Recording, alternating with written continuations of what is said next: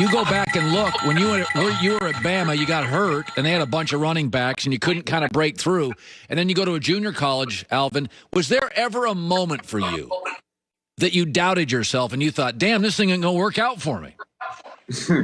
I wouldn't say it was a moment of doubt. I would just say it was a moment of uncertainty. It was like, man, I go from Alabama to a junior college, and it's like, you don't know basically when that moment's going to come where, you get back to that elite level of being D1 or, just being at a point where you can see your dreams. Like at a JUCO, I kind of lost focus or lost sight of my dreams for a little bit, but, I just kind of made it a point of, the utmost like interest to stay focused and go there and do exactly what I got to do. And that's get back to where I know I should be at. And that's, at a D1 level.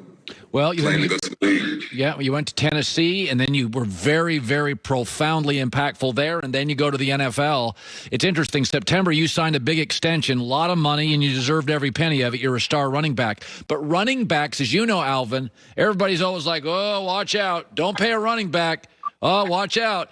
When you hear that before you got your contract, what do you think? Man, I'm like, I guess I just got to be the running back that gets paid, to prove that the running backs deserve to get paid. That's always been the issue in our league. People just tend to feel that running backs, they can get them anywhere, and I don't think that's the case. We see it right now in our league with the talent that we have at the running back position. There's guys that are transcending the game. You got the Christian McCaffreys, you got Dalvin Cooks, you got, Derrick Henrys that are doing amazing things week in and week out, and consistently every year.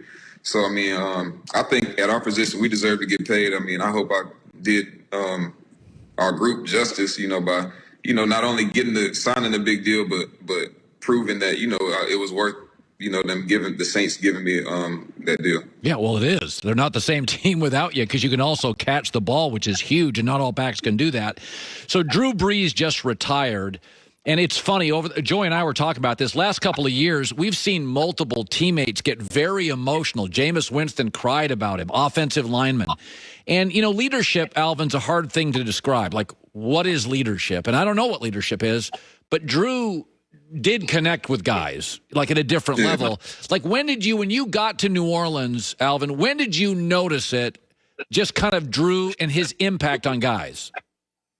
Man, I think it was right when I got there in May. I think 2 days being in New Orleans, I went out with the vet guys to, catch some balls. And, obviously Drew was out there. And I've watched Drew Brees play, obviously. Never met him, so this is my first time meeting Drew. He's about to throw me the ball, and I'm like, dang, I'm out here with Drew Brees, and these dudes like, all right. And he's like, Alvin, what's up? He's like, hey, have you ever run a whatever route it was? And I'm like, yeah. And he's like, all right, come on, line up, run this. I run it. He's like, yeah, that's good. He was like, but next time, just break it down a little bit earlier, and give me your eyes, give me your eyes. I'm like, all right, cool. And I'm like, dang, this is Drew Brees. He just chilling like, he hasn't won a Super Bowl and he hasn't been in the league for X amount of years. And, from that moment, he's been, in that moment, how helpful he was. That was throughout, my whole 4 years being in New Orleans. I think Drew, and I say this all the time, Drew is probably the reason that I was able to have the success that I've had. Like leadership, you say you don't know what it is. I don't know what it is either, but if I could define it, it would be Drew Brees. Just being able to relate to the guys on the team and being able to not only just be a teacher, but a mentor and just I think he's just a light, you know what I'm saying? He inspired everybody around him, not only by the way he played, but the way he prepared, the way he carried himself. He's retired now, and somebody asked me the other day, it was like, why haven't you commented on Drew retiring? And I'm like, I texted him privately, because I had a lot to say, and I'm not really into the social media thing of where, oh my gosh, post a picture of me and Drew and try to describe my feelings in 100 words. Like, I text him and told him what he meant to me. And I guess this is my first time commenting on it, man. He's an amazing dude, and obviously, this day is coming, but when it comes, you're like, dang, I wish he didn't retire, but Drew been playing my whole life, damn near. So amazing career, amazing person. I'm just excited to see what he does next because as good as he is a football player, he's a better human, and I know he got some up his sleeve. Well, it's interesting. I kind of think Jameis Winston's going to win the quarterback battle. It's nothing against Taysom, but I think I think the second year with Sean Payton's system, I think Jameis is talented. I just think he makes too many mistakes, and I think Sean's going to clean a lot of that stuff up. And it is now you go into the year next year, you just want the best quarterback. How do you look at the quarterback position right now for the Saints? Man, we got two guys. We got Jameis and Taysom on the roster. Obviously, you guys seen what Taysom can do. We've seen Jameis in Tampa, what he could do. Like you said, Colin just alluded to, just the decision making with Jameis, and like you said, year 2 with Sean Payton. He's a mastermind. I think Sean's a real quarterback whisperer. He's an offensive mega mind, and he knows how to get the best out of players. Whether it be a quarterback, a receiver, anybody. So I think it's a thing where Jameis respects Sean's opinion. Sean, I think, respects Jameis as an athlete and as a man. I think he understands who Jameis is. Jameis understands who he is as a player and as a person. And that's one thing that's huge when you, especially at the quarterback position. It's so much about respect and being able to command the troops. Yeah. And I think Jameis has those qualities. Taysom also has those qualities. But if we just talking about Jameis right now, I think, like you said, with it being his second year in the program, second year being around the guys, second year being around Sean, and learning the offense, he has a shot. He can go as far as he wants to go.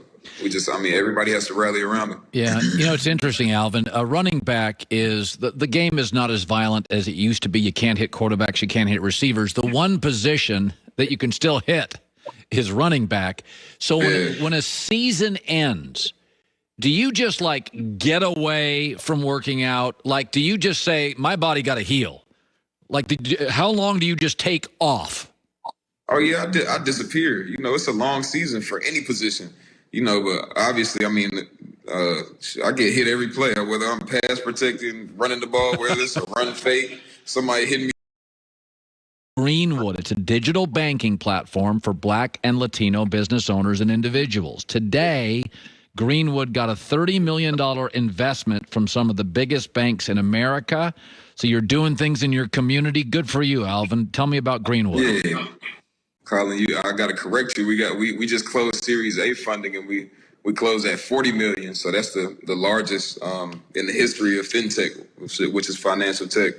And like you said, we got some of the biggest banks invested. We got Bank of America, we got PNC, JP Morgan Chase, Wells Fargo, MasterCard, and all these big juggernauts in banking. They're invested in this platform that we created to basically just close the wealth gap.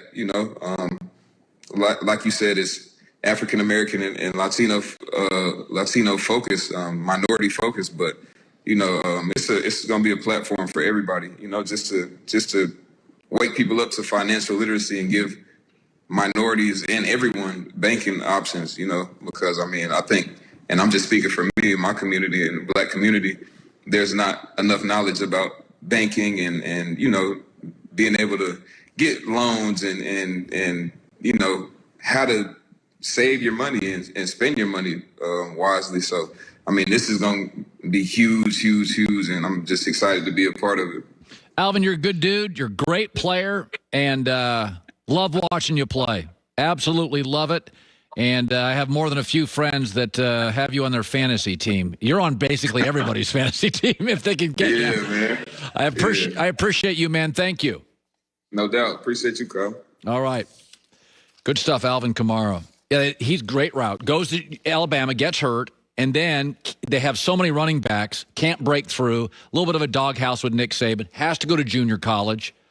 And then at junior college, goes to Tennessee, and they're losing a lot of games. And everybody forgets about Alvin Kamara, who was a great high school player. And boom, again, great fit, He goes to a veteran quarterback and a smart head coach that understand his talents, know how to use him. It's not just quarterbacks who need to land in the right spot. Like Alvin Kamara with Adam Gase would not be Alvin Kamara with Sean Payton. Was that a cheap shot? Oh, no. Well, I mean, we're just taking shots at Adam Gase for no reason now. Yeah, just Adam Gase slander all the time. That Christmas Day game against the Vikings was unbelievable. Oh, my God. What's the difference between an AMG skeptic and an AMG believer? A